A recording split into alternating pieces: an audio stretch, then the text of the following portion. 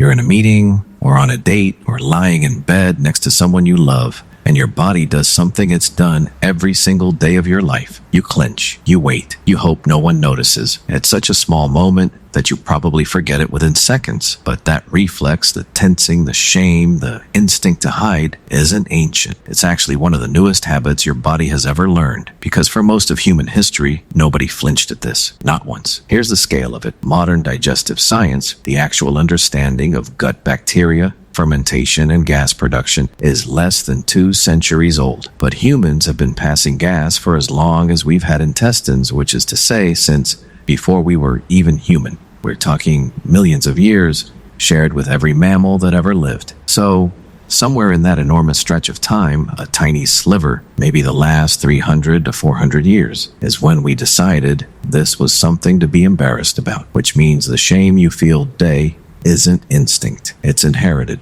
And once you see where it came from, you'll never feel it quite the same way again. Let's dig into what ancient people actually believed. In ancient China, traditional medicine, going back thousands of years, organized the body around the flow of qi, a vital energy that moved through internal pathways. Blocked or trapped qi wasn't a joke. It was treated as a genuine medical concern, something that could throw the whole body out of balance. Releasing it wasn't rude. It was restoring order. The ancient Greeks had their own version. Aristotle himself wrote about internal air and its role in the body, treating it as a natural physiological process worthy of serious attention, not comedy, not embarrassment. To a mind like Aristotle, the body's inner workings were something to be studied with the same seriousness as the stars. And in medieval Islamic medicine, scholars like Ibn Sina, known in the West as Avicenna, built entire medical frameworks around the movement of internal winds through the body. His writings, foundational to medicine for centuries across Europe and the Middle East, treated trapped gas as a legitimate cause of pain and illness, something a good physician needed to understand and treat, not something a polite person needed to hide. 3 completely separate civilizations, 3 different belief systems, all converging on the same idea.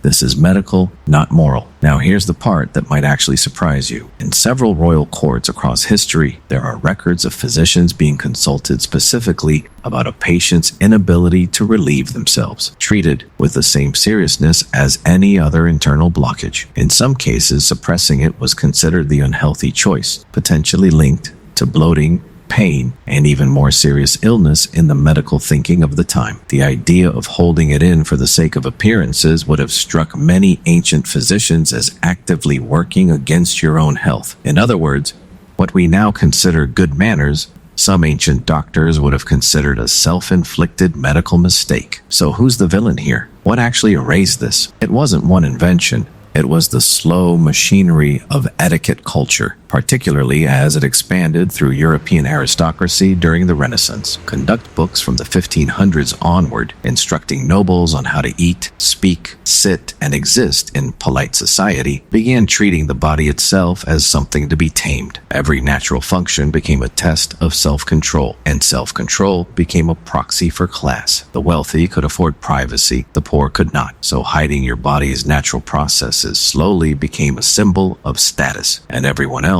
over generations learned to imitate it, even without understanding why. By the time real science caught up and explained the biology, the cultural shame had already fully set in. We didn't wait for facts to tell us how to feel. We felt ashamed first, and centuries later tried to retrofit logic onto it. So think about that tensing reflex, the one you probably don't even notice anymore. It's not your body protecting you. It's a few hundred years of performance inherited without your permission, running quietly under your skin every single day. Ask yourself, how much of what you feel ashamed of was never actually yours to be ashamed of at all? Because somewhere back before etiquette, before manners, before status decided what was proper, this was just a body, doing exactly what a body was built to do. And maybe the strangest part isn't that ancient people misunderstood their own biology. Maybe it's that we did too, just in a different direction.